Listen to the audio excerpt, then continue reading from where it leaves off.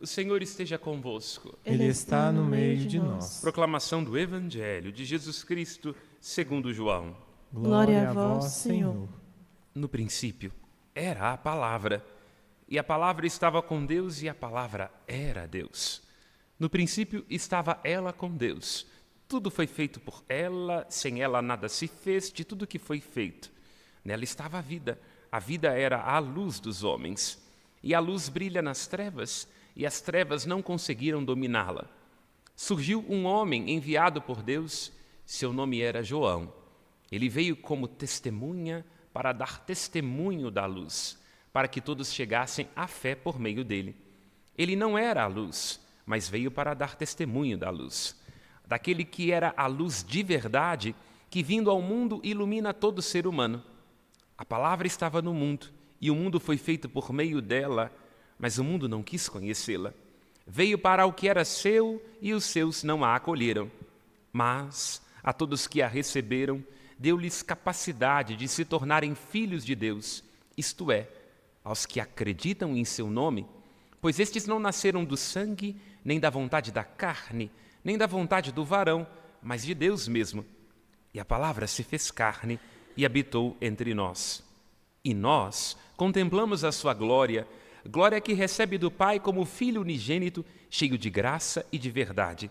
Dele João dá testemunho, clamando: este é aquele de quem eu disse, o que vem depois de mim passou à minha frente, porque ele existia antes de mim. De sua plenitude todos nós recebemos graça por graça. Pois por meio de Moisés foi dada a lei, mas a graça e a verdade nos chegaram através de Jesus Cristo. A Deus ninguém jamais viu, mas o unigênito de Deus, que está na intimidade do Pai, ele nolo deu a conhecer. Palavra da salvação. Glória a vós, Senhor. Pelas palavras do Santo Evangelho, sejam perdoados os nossos pecados. Amém. João é intérprete ilustre do mistério que estamos celebrando, a encarnação do Verbo. Este mistério do Deus que se faz homem, do Verbo eterno que se abrevia como palavra no tempo. Tanto no Evangelho como na primeira leitura, vemos a mística, a profundidade teológica, antes de tudo a experiência daquele que viu e ouviu, e por isso é testemunha fiel, fazendo chegar ao nosso coração esta mensagem que nos salva. Na primeira leitura, comecemos com ela, o primeiro dos versículos 18, temos esta alcunha dirigida a nós, que é, pois, a presentificação do mistério mais importante da nossa existência humana. Somos filhos, não só filhos, filhinhos, autorizados por graça divina, já que em participação do mistério da vida do Cristo, a chamar a Deus de Abá, Paizinho. Nos autoriza o Cristo, na mais excelente das orações, João esclarece em sua carta dirigida a uma comunidade anônima que atualiza um sentimento próprio de todos os tempos e lugares, a insegurança. A esta comunidade insegura, sobre o alcance da sua comunhão com Cristo, ele dirige a palavra, a expressão cândida, poética, de tessitura suave, filhinhos, é o que nós somos.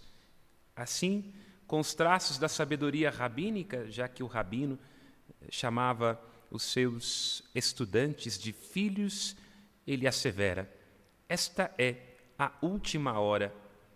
Enquanto eu meditava na Lexio Divina da manhã, faço isso todos os dias, para, antes de falar de Cristo, ter a oportunidade de estar com Ele, pensava: mas que jeito esquisito da igreja de terminar o ano dizendo que é a última hora e falando a nós que há um anticristo em nosso meio.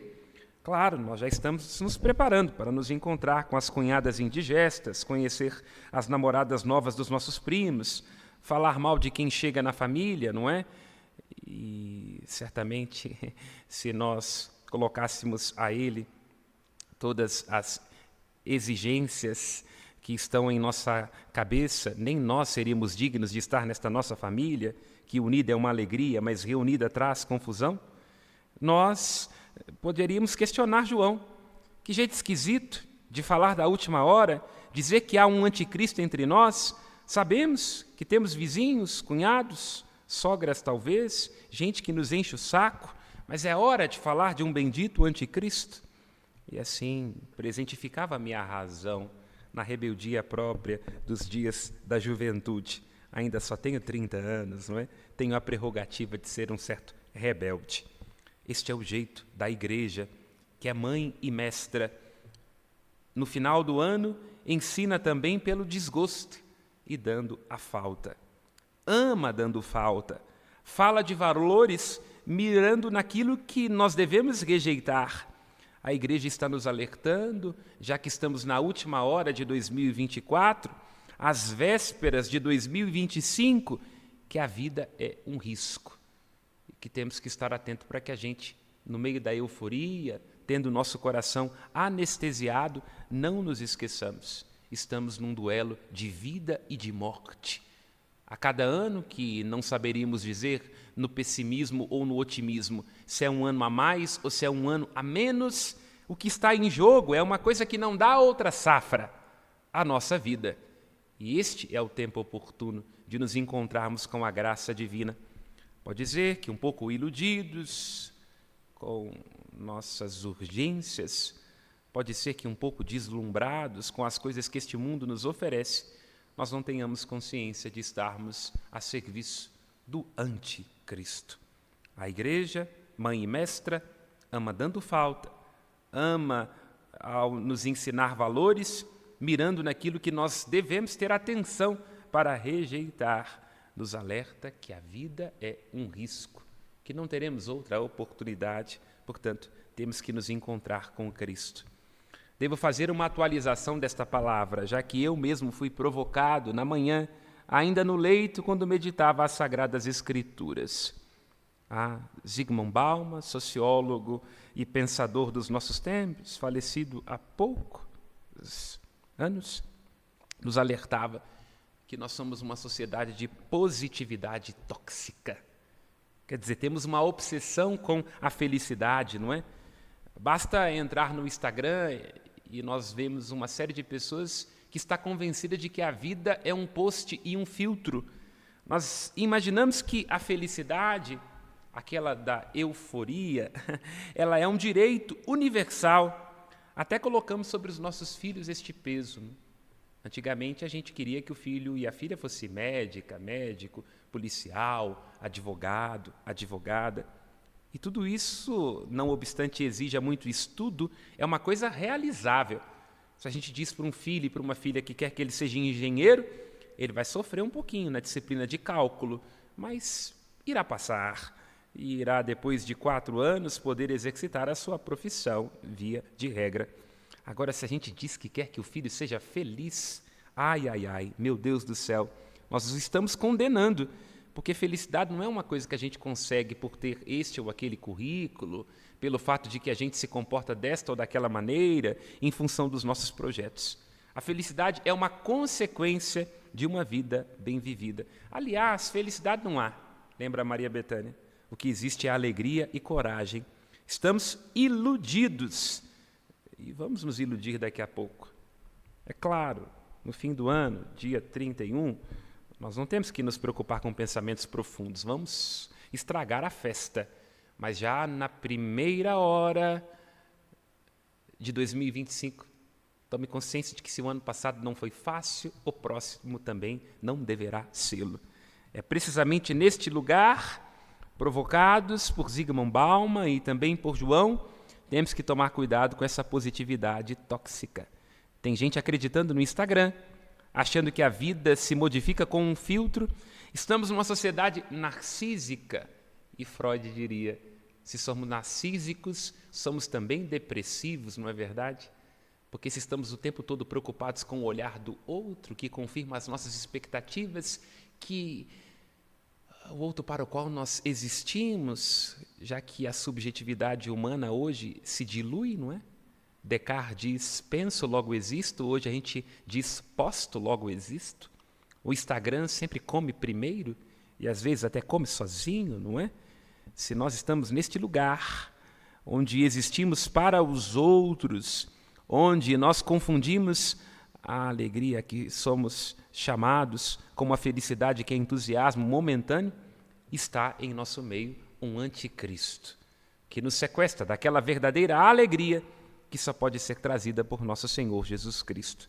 Em sentido próprio, João está dizendo daqueles no contexto da comunidade a que se dirige, que se avoram o título de Cristo e de Messias e o fazem tecendo mentiras. A comunidade está se deixando ludibriar, está se deixando confundir, esquecendo que o que nos garante a salvação é crer em Jesus, o Cristo, o Filho unigênito de Deus. Esse é o contexto próprio, exegético, desta primeira leitura que acabamos de escutar. Mas em sentido derivado, lá onde alguém nos sequestra deste compromisso diário de estarmos unidos a Cristo, permanecer com Ele no seu espírito, assumindo todas as consequências do que significa trazer em nós o nome de cristãos, lá onde o sentido da nossa existência deixa de ser um compromisso com o reino e passa a ser uma escravidão com o narcisismo de nossas pequenas coisas, lá estamos nós, nos deixando ludibriar pelo anticristo. Importa, irá dizer João nesta sua carta, guardar os mandamentos de Cristo em nosso coração, como a Virgem Maria. Permanecer unidos a Cristo no seu espírito. Lembremos-nos do que nos esclarece o apóstolo das gentes. Depois que eu me encontrei com Jesus, eu considero tudo lixo. Eu considero tudo lixo diante do fato de ganhar a Cristo e ser encontrado unido a Ele. Essa minha vida presente na carne poderíamos dizer, prolongando o apóstolo, onde Cristo nos visitou, eu a vivo na fé, crendo no Filho de Deus que me amou e se entregou por mim. O segredo para um 2025 bem-sucedido, onde talvez pode ser o nosso último ano, não é? Será que não será este o momento onde será pedida contas de nossa vida? Oxalá tenhamos ainda muitos outros anos, mas esta vida pode nos ser tirada num sopro, num segundo.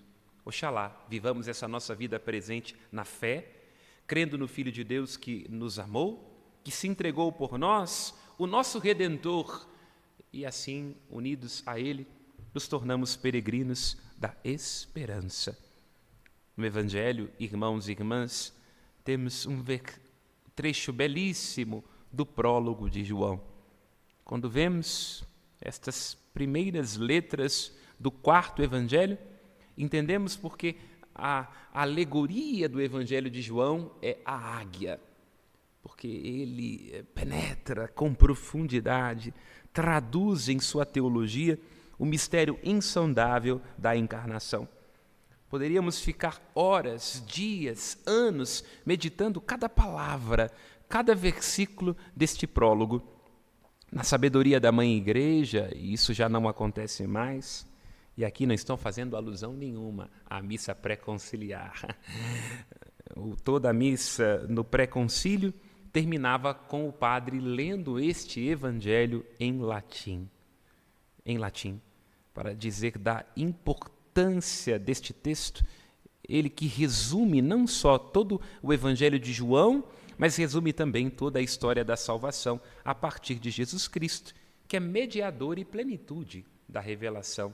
Lembra a Dei Verbo. Nós, com bastante simplicidade, sem a pretensão de esgotar a palavra, e não podemos nós, no último dia do ano, cansar os nossos ouvidos, meditaremos apenas alguns pequenos trechos. Comecemos com o versículo 11, onde se diz, não é, que esta luz, a palavra que estava no mundo desde o princípio, veio para o que era seu, e os seus não a acolheram. Esta vida era a luz dos homens, veio para o que era seu, e os seus não a receberam. Quando observamos a vida de Jesus desde o primeiro momento, não há lugar para eles na hospedaria, toda a rejeição que progressivamente vai se intensificando nos evangelhos, nós vemos que o Cristo vem para os que eram seus. Em primeiro lugar para os judeus, e os judeus não o receberam. Mas isso continua também acontecendo na vida de cada um de nós. Se somos sinceros, aproveitemos este ano da redenção, jubileu, da esperança.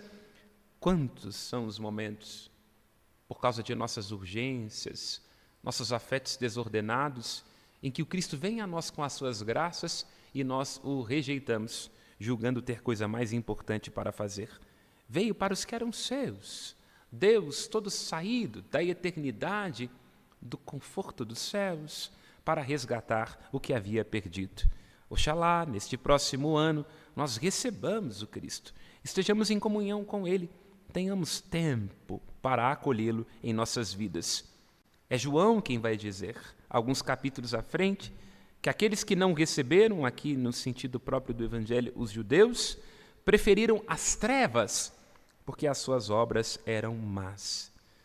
Hoje nós somos uma sociedade da positividade tóxica, do holofote e do filtro, mas nunca enxergamos tão mal, nunca estivemos tão perdidos, nunca nos encontramos cercados de tantas trevas e cegueiras. Preferimos as trevas em nossas obras más. Na proximidade do fim, João apresenta, e a igreja faz uso dessas palavras, temos que nos recordar do princípio. Assim, no primeiro versículo do Evangelho de João, se diz, en arché en logos. No princípio era a palavra, o logos, o sentido, o dizer de Deus. No princípio aí estava. E na proximidade do fim, é preciso recordar-se do princípio. Nós dizemos isso, glória ao Pai, ao Filho e ao Espírito Santo, como era no princípio, agora e para sempre. É isso, não é? Na vida de cada um de nós, tem que atualizar-se este chamado, esta convocação. O que era no princípio de Deus? Em Cristo o Pai nos escolheu, bem antes de o mundo ser criado, para que fôssemos perante a sua face, sem mácula e santos pelo amor. Nos criou para que fôssemos conforme a imagem do seu Filho. Este é o princípio. O projeto humano, o sonho dos sonhos, uma vida bem-sucedida, não diz respeito ao que nós podemos conquistar de material. Vamos incluir nos projetos, inclusive aqueles que a gente não cumpre, do tipo dormir mais, comer menos, vamos incluir o projeto de nos recordar que no princípio imemorial nós somos chamados a ser conforme a imagem de Jesus Cristo, o Verbo, Filho amado do Pai. Na proximidade do fim, nos recordemos no princípio.